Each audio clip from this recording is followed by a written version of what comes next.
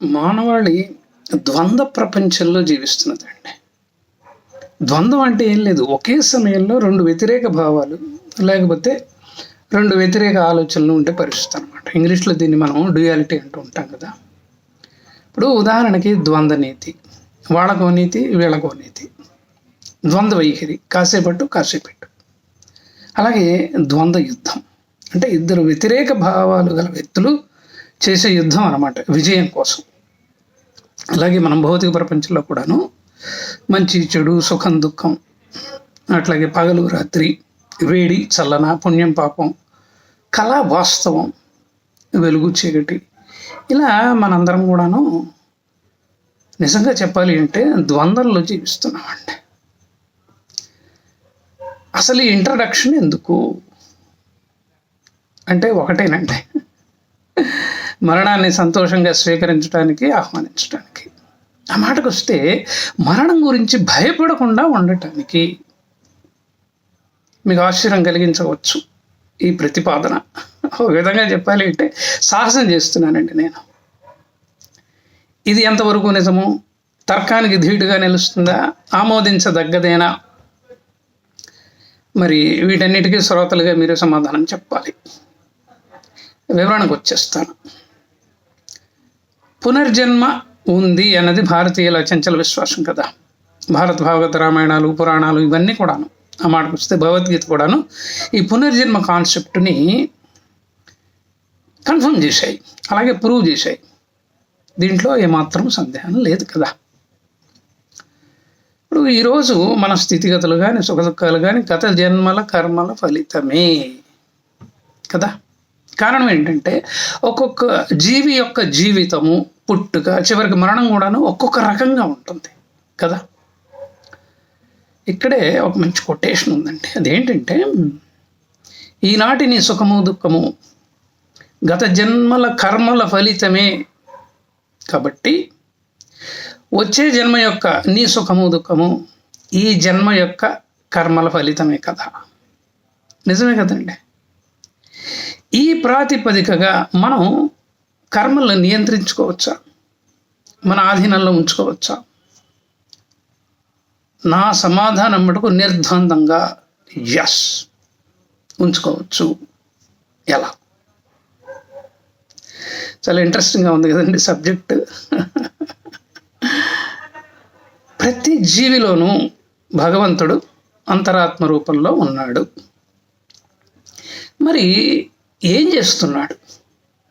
మంచి చెడులను తెలియపరుస్తూ విచక్షణ జ్ఞానాన్ని కూడాను కలిగిస్తున్నాడు.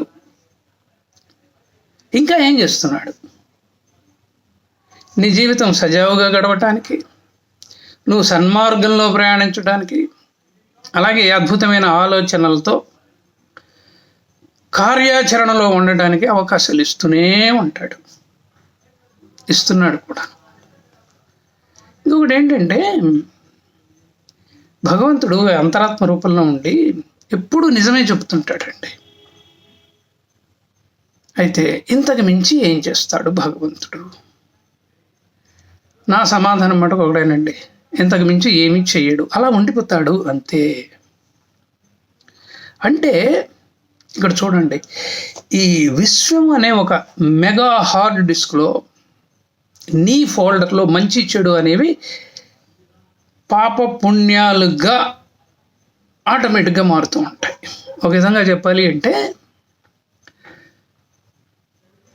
నీ యొక్క ఫోల్డర్ ఆటోమేటిక్ రెడీ రెకనార్. మరణం తర్వాత ఆ అకౌంట్ ఏమవుతుందంటే మళ్ళీ జన్మ తీసుకునేదాకా ఆటోమేటిక్గా హోల్డ్లో ఉండిపోతుంది అంతే. మళ్ళీ మనకు భగవంతుడు జన్మ ఇచ్చినప్పుడు ఆ మంచి చెడు పాప పుణ్యాల అకౌంట్ ఆటోమేటిక్గా యాక్టివేట్ అయిపోతూ ఉంటుంది. అంటే ఇదంతా కూడాను ఆటో జనరేటెడ్ మెకానిజం అండి, అలా జరిగిపోతూ ఉంటుంది అన్నమాట. అయితే ఇక్కడే ఒక చిన్న వివరణ. నేను ఇందాక చెప్పాను కదా, ఇంతకు మించి భగవంతుడు ఏం చేయడు, నిమిత్త మాత్రంగా ఉంటాడు, మంచి చెడు చెబుతాడు, విచక్షణ జ్ఞానాన్ని అంతరాత్మ రూపంలో ఉండి మనకు అందిస్తూ ఉంటాడు. అట్లాగే ఆదుకుంటావేమోనని ఒక ఆశ మనలో ఉంటుంది కదా. ఆదుకోడండి, కేవలం అవకాశాలు కనిపిస్తూ ఉంటాడు అంతే, అంతకంటే ఏం చేయడు. అంటే ఇక్కడ ఒక్కసారి మనం భగవద్గీత దగ్గరికి వెళ్దాం, కురుక్షేత్ర యుద్ధం దగ్గరికి వెళ్దాం. శ్రీకృష్ణ భగవానుడు బలహీన పడిపోయిన అర్జునుడికి చెప్పవలసినంతా చెప్పేస్తాడు. అసలు చేసేదంతా నేనే అంటాడు. నువ్వు నమ్మితే నమ్ము, లేకపోతే లేదు అంటాడు. అయితే చివరిలో ఏమంటాడంటే, అంటే చివరి శ్లోకంలో కరిష్యే వచనంతవా అంటాడు. ఓ అర్జున, నేను చెప్పవలసిందంతా చెప్పాను, ఇంకా నీ ఆలోచనల ప్రకారం నువ్వు కార్యాచరణకు ఉపక్రమించు అని. అంతే కదా, ఇది మనందరికీ తెలిసిందే కదండి. కాసేపు ఆధ్యాత్మిక ప్రపంచం నుంచి మనం లౌకిక ప్రపంచానికి వద్దాం. తండ్రి కూడాను పిల్లలకి మంచి చెడులు చెప్తూ ఉంటాడు, విచక్షణ జ్ఞానాన్ని కలిగిస్తూ ఉంటాడు. అరే నాన్న, ఇలా చేస్తే బాగుంటుందని చెప్తూ ఉంటాడు. పిల్లలు వింటారా? సరే, లేకపోతే చివరికి నీ కర్మని వదిలేస్తాడు కదా. భగవంతుడు కూడాను అంతేనండి, అంతే. దీంట్లో ఏమాత్రం సందేహం లేదు. ఇక్కడ చిన్న విషయం ఉంది, ఇది చాలా ముఖ్యమైన విషయం. అదేంటంటే కళలు. ఈ కళలు అనే కాన్సెప్ట్ నేను ఎందుకు ప్రతిపాదిస్తున్నానో చివరిలో మీకు చెప్తాను. మానసిక ఆలోచనలకి ప్రతిబింబాలే కళలు అని ఎక్కడో చదివానండి. తర్వాత అనుభవం మీదట నాకేం తెలిసిందంటే అది పూర్తిగా నిజం కాదని తెలిసింది. నిజంగా కళ అనేది మన ఆలోచనలకు కనుక ప్రతిబింబమే అయితే మనం గుడ్డిగా మన కళలు నిజమే అని నమ్మే అవకాశం ఉంది కదా. కరెక్ట్ అనుకునే ప్రమాదం కూడా ఉంది, అలా మిడిసిపడే ప్రమాదం కూడా ఉందన్నమాట. కాబట్టి నా ఉద్దేశంలో కళలు మన ఆలోచనలకి, జీవన విధానానికి భాష్యాలండి, అంటే కామెంటరీస్ అన్నమాట. అంటే మళ్ళీ ఈ భాష్యం అనేది మనకి అన్వయించుకునే తీరు మీద ఆధారపడి ఉంటుంది. ఇది నేరుగా ఉండదు, ఉండదండి. ఇది కొంచెం జాగ్రత్తగా గమనించాలి. అంటే ఒక మహాజ్ఞాని గొప్ప కౌన్సిలర్గా మారి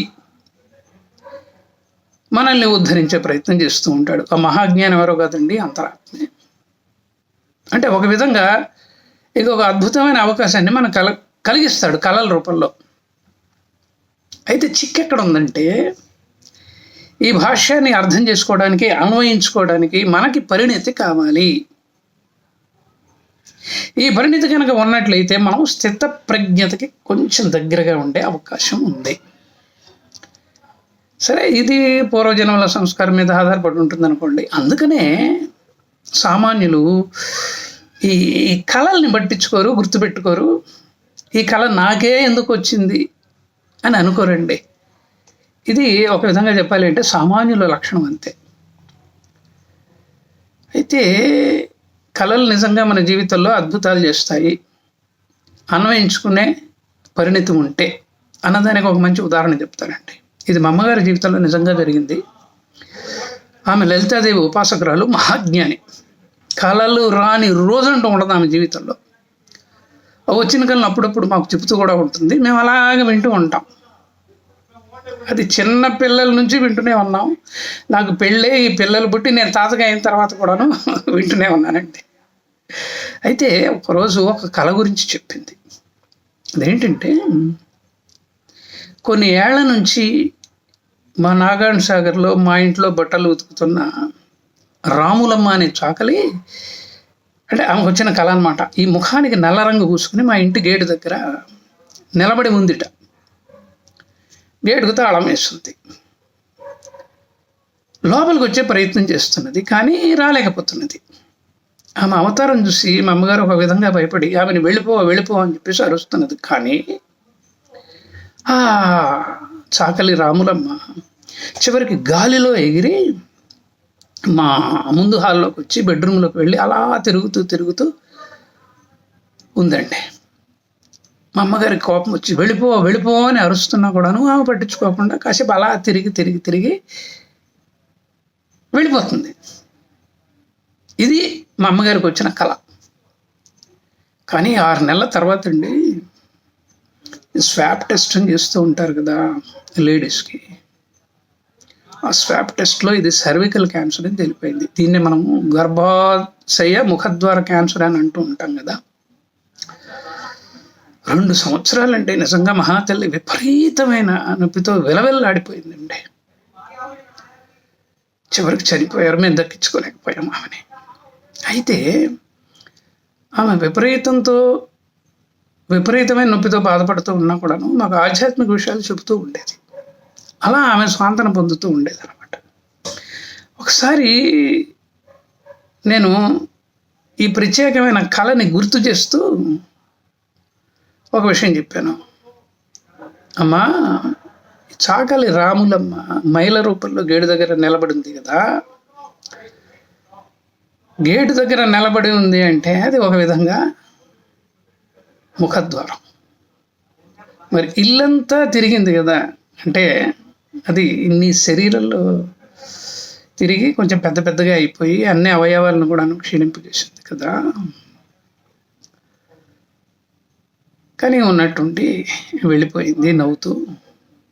అంటే ఇది ఒక విధంగా నీకు వచ్చిన రోగానికి ముందుగా వచ్చిన ఒక సంకేతమేమో అని నేను చెప్పానండి. ఎందుకంటే ఆమెతో నేను ఆధ్యాత్మికంగా చాలా విషయాలు తెలుసుకుంటూ ఉంటాను, అనుమానాలు వస్తే అడుగుతూ ఉంటాను. ఆమె నివృత్తి కూడా చేస్తుంది కాబట్టి ఆమె ఒక్క క్షణం ఆలోచించి నా భుజం చేసి కళ్ళల్లో కళ్ళు పెట్టి ఆప్యాయంగా నవ్వుతూ అంది, అరే నిజమేరా, నాకు కూడా రాలేదు ఈ ఆలోచన, చాలా బాగా చెప్పామనండి. చెప్పాను కదా, నా క్యాన్సర్ నుంచి మా అమ్మని కాపాడుకోలేకపోయామండి. కాబట్టి నేనేమంటానంటే ఈ కళలు గొప్ప మార్గదర్శకులు, అలాగే కౌన్సిలర్స్ కూడా. మనం వింటామా లేదా అన్నది తర్వాత సంగతి. ఇక్కడే ఒక అద్భుతమైన సూక్ష్మం ఉందండి. అదేంటంటే అంటే లౌకిక ప్రపంచంలో ఇందాక చెప్పింది కొంచెం మళ్ళీ చెప్పే ప్రయత్నం చేస్తాను. అదేంటంటే తండ్రి ఎన్నిసార్లు చెప్పినా ఈ పిల్లలు వినిపించుకోకుండా అదే చెడు మార్గంలో కనుక ఉంటే ఆ తండ్రి ఏం చేస్తాడు చెప్పండి? చివరికి ఆ కొడుకును కానీ కూతుర్ని కానీ కౌన్సిలర్ దగ్గరికి తీసుకెళ్తాడు. అంతే కదా. ఇప్పుడు సైకాలజిస్టులు ఎక్కువైపోయారు, కౌన్సిలర్స్ కూడా ఎక్కువైపోయారు కదండి. అయితే నేను చెప్పేది ఏంటంటే కొంచెం జాగ్రత్తగా వినే ప్రయత్నం చేయండి. అలాగే భగవంతుడు కూడా అంతరాత్మ రూపంలో ఉండి మంచి చెడుల విచక్షణ జ్ఞానాన్ని ఇచ్చిన మానవుడు వినకుండా వెళ్ళగూడని మార్గంలోనే వెళుతూ ఉంటే ఈ కళలు అనే కౌన్సిలర్సు అతని జీవితంలోకి ప్రవేశపెట్టి భగవంతుడు ఆ విధంగా ఒక ఆఖరి ప్రయత్నం కూడా చేస్తూ ఉంటాడండి. అందుకనే కళలు వస్తూ ఉంటాయి. చెప్పాను కదా, కళలు గొప్ప భాష్యాలండి. ఆ విధంగా ఏ విధంగానైనా సరే మనల్ని సన్మార్గంలో పెట్టాలని చూస్తూ ఉంటాడు భగవంతుడు అంతరాత్మ రూపంలో ఉంటే. అయినా వినలేదు అనుకోండి, అది మన కర్మ అని చెప్పేసి వదిలేస్తాడు. చివరికి మనం దాన్ని కర్మ ప్రాతిపదికగా మనం అనుభవించాలి. ఈ సూక్ష్మం గనక నిజంగా మనకు అర్థమైతే అమ్మో అన్న భయం కలుగుతుందండి. అప్పుడు మనం కొంచెం జాగ్రత్త పడతాం. దీన్నే మనం పాజిటివ్ ఫియర్ అని అంటామండి. అంటే జాగరూకతతో ఉంటూ మన జీవితాన్ని ఏ క్షణానికి ఆ క్షణం విశ్లేషించుకుంటూ, అంటే కష్టం వచ్చినా సంతోషం వచ్చినా తొణక్కుండా స్థితప్రజ్ఞత వైపుకి మెల్లగా అడుగులు వేసే ప్రయత్నం చేస్తామండి. ఈ విషయం కనుక తెలిస్తే, అంటే దీన్ని కనుక మనం నిజంగా విశ్వసిస్తే ఆలోచనలో పడతాం, ఆవేశాన్ని తగ్గించుకుంటాం. మనకి భౌతిక సంపద ఎంత ఉన్నా కూడాను మనం మిడిసిపడం, ధర్మ మార్గంలో ఉండే ప్రయత్నం చేస్తాం.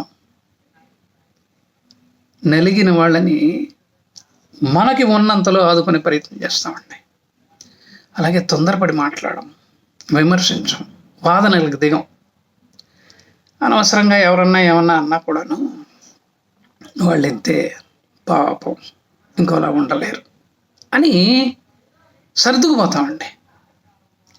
ఇలా జీవితాన్ని మనం సుసంపన్నం చేసుకునే ప్రయత్నం చేస్తూ ఉంటాం అన్నమాట. ఆలోచించండి,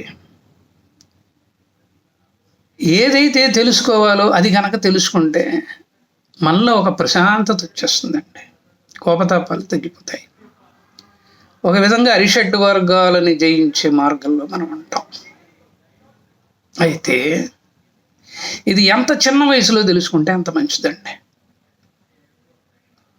15 ఏళ్లలో తెలుసుకోవచ్చు, 20 ఏళ్లలో తెలుసుకోవచ్చు, 30 ఏళ్ళు కూడా తెలుసుకోవచ్చు. కాబట్టి నేను అనేది ఏంటంటే, తల్లిదండ్రులను చిన్నప్పుడే పిల్లల్ని దగ్గర కూర్చోబెట్టుకొని ఈ విషయంలో కథలు చెప్తూ ఉండాలి, ఈ విషయంలో భారత భాగవత రామాయణాలు చెప్తూ ఉండాలి. ఈ దశలోనే పిల్లలకి కొంత ఈ పురాణాల గురించి, మంచి మంచి ఆధ్యాత్మిక కథల గురించి అర్థమయ్యే రీతిలో చెప్తూ ఉండాలండి. అలా గనక తల్లిదండ్రులు, తాతయ్యలు, అమ్మమ్మలు, నాయనమ్మలు గనక చేసినట్లయితే, ఎందుకంటే అది వాళ్ళ బాధ్యత అండి, అప్పుడు పిల్లల్లో మెల్లమెల్లగా ఏది కదలాలో అది కదులుతూ ఉంటుంది. వాళ్ళు ధర్మ మార్గాన్ని ఉండే ప్రయత్నం చేస్తుంటారు. ఒక వయసు వచ్చిన తర్వాత అది ఒక గొప్ప యాటిట్యూడ్గా మారి వాళ్ళు మరణానికి భయపడరండి, దాన్ని గౌరవిస్తారు, దాన్ని మిత్రుడుగా చూస్తారు. వచ్చే జన్మ మళ్ళీ ఇదే వాసనలతో వస్తుంది కదా అని భరోసాతో ఉంటారు, అంటే విశ్వసిస్తారు. సో జాతస్య మరణం ధ్రువం కాబట్టి చివరి క్షణం వరకు కూడాను చిరునవ్వుతో ఉండే ప్రయత్నం చేస్తారండి. ఆలోచించండి ఒక్కసారి, మన 50 ఏళ్ళ, 60 ఏళ్ళ, 70 ఏళ్ళ జీవితాన్ని కనుక మనం ఒక్కసారి తలుచుకుంటే, నిజాయితీగా ఉండే ప్రయత్నం చేశాం కదా, అభాగ్యులను ఆదుకున్నాం కదా, కోపతాపాలకి పోలేదు కదా. ఎందుకంటే ఒకవేళ కనుక పోయినట్లయితే ఈ వాసనలు మళ్ళీ వచ్చే జన్మలో మన జీవితాన్ని ఛిద్రం చేస్తాయి కదా, మనల్ని కష్ట నష్టాలకు గురి చేస్తాయి కదా అన్న ఒక భయం కలుగుతుంది. దీన్నే ఇందాక నేను ఏమన్నాను, పాజిటివ్ ఫియర్ అన్నాను కదా. కాబట్టి ఈ సూక్ష్మాన్ని, ఈ విషయాన్ని మనం తెలుసుకుంటే మన జీవితం కనీసం ఎప్పటి నుంచి అయినా కూడాను అద్భుతంగా ఉంటుందండి. అంటే నేను అప్పుడప్పుడు చెబుతూ ఉంటాను కదా, జీవితాన్ని ఎక్కడి నుంచి అయినా ప్రారంభించవచ్చు అని. No age is late start. కాబట్టి ఈ వీడియోని 1-2 సార్లు వినండి. వింటే ఏమవుతుందంటే మనం నెమ్మదిస్తాం. ఎవ్వరి మీద కూడా మనకి ఏ విధమైన అభిప్రాయాన్ని ఏర్పరచుకోం. భగవంతుడు కూడా అంతే కదా, ఇందాక నేను చెప్పాను కదా, చేయవలసినవన్నీ చేస్తాడు, ఇవ్వవలసిన అవకాశాలన్నీ ఇస్తాడు, విచక్షణ జ్ఞానాన్ని కూడా అంతరాత్మ రూపంలో ఉండి చెబుతూ ఉంటాడు. బస్ అంతే. లౌకిక ప్రపంచంలో తండ్రి ఎలా చేస్తాడో అలా చెప్పాను కదా, చివరికి కౌన్సిలర్ దగ్గరికి తీసుకెళ్తాడు. అయితే భగవంతుడు కూడా మనల్ని కౌన్సిలర్ దగ్గరికి తీసుకెళ్తాడు. అద్భుతమైన కళల్ని మన జీవితంలో ప్రవేశపెడతాడు మనం నిద్రపోతూ ఉంటే. కనీసం అప్పుడైనా ఆలోచిస్తాడేమోనని. కాబట్టి ఎప్పుడు కళలు వచ్చినా కూడాను అది మానవాళి సంక్షేమం కోసమే వస్తాయండి, మనల్ని ఉద్ధరించడానికే వస్తాయి. ఈ విషయం నేను ఎంత గొప్పగా చెప్పానో తెలియదు, కానీ 1-2 సార్లు ఈ వీడియోని వినండి. వీడియోని వింటే నిజమే కదా అని మీకు అనిపించవచ్చు. అందుకనే మొట్టమొదట నేను వీడియోలో చెప్పాను, నేను మరణాన్ని మిత్రుడిగా స్వీకరించండి, స్వీకరించాలి కూడాను. ఎందుకు స్వీకరించాలి అన్న దాని మీద నేను వివరణ ఇచ్చాను కాబట్టి చివరికి సమాధానం మీరే చెప్పాలి అని అన్నది ఇందుకే. కాబట్టి ఆలోచించండి, అద్భుతమైన మెసేజ్ని నా కామెంట్ బాక్స్లో పెట్టండి. నాతో మాట్లాడాలి అనుకుంటే మాట్లాడండి, ఎందుకంటే దీని మీద ఇంకా వివరణ ఇచ్చే అవకాశం ఉంది. వీడియో అలా పెరిగిపోతుందని నేను దీన్ని పెంచట్లేదు, కానీ ఇంకా కొన్ని ఉదాహరణలు ఉన్నాయి. ఆ ఉదాహరణలు కనుక నేను మీకు అందించగలిగితే చాలా బాగుంటుంది అన్నమాట విషయం కూడా. సో ఇదండి ఈ వీడియోలోని సంగతి. విన్నందుకు హృదయపూర్వక కృతజ్ఞతలు. దీన్ని వీలైనంత ఎక్కువ మందికి షేర్ చేయండి. అలాగే ఎక్కడేదో లైక్ బటన్ ఉంటుంది కదా, దాన్ని కూడా నొక్కండి. అలాగే దాన్ని ఏమంటారు, బెల్ ఐకాన్ ఉంటుంది, దాన్ని కూడా నొక్కితే ఏమవుతుందంటే నేను ఇంతకుముందు చేయబోయే వీడియోలు కూడాను మీకు వస్తాయి అన్నమాట. లేదు కిరణ్ గారు, మీరెవరో తెలియకపోయినా మీరు చాలా ఆప్యాయంగా చెప్పారు, మేము కూడాను ఆలోచిస్తాం హాయిగా, అయినా సరే ఒక్కసారి మీతో మాట్లాడాలని ఉంది అని కనుక మీరు అనుకున్నట్లయితే హాయిగా నాతో మాట్లాడచ్చు అండి. ఒకవేళ మీరు ఫోన్ చేసినప్పుడు ఎత్తకపోయినా మిస్డ్ కాల్ చూసి నేను చేస్తాను. లేకపోతే నాకు మెసేజ్ పెట్టండి, I'm so I wanted to talk to you, I have seen this video, I want further clarification అని కనుక పెడితే నేనే చేస్తానండి. సో మర్చిపోయాను, నాతో మాట్లాడాలి అని అనుకుంటే నా పేరు మారుతి కిరణ్ పోరూరి, PORURI మా ఇంటి పేరు. యూట్యూబ్లో కొడితే మీకు కనిపించేస్తూ ఉంటుంది. అలాగే నా ఫోన్ నెంబర్ వచ్చేసి 9491063089. ఇదండి ఈ వీడియోలోని సంగతి. విన్నందుకు మరొక్కసారి కృతజ్ఞతలు. నమస్కారం.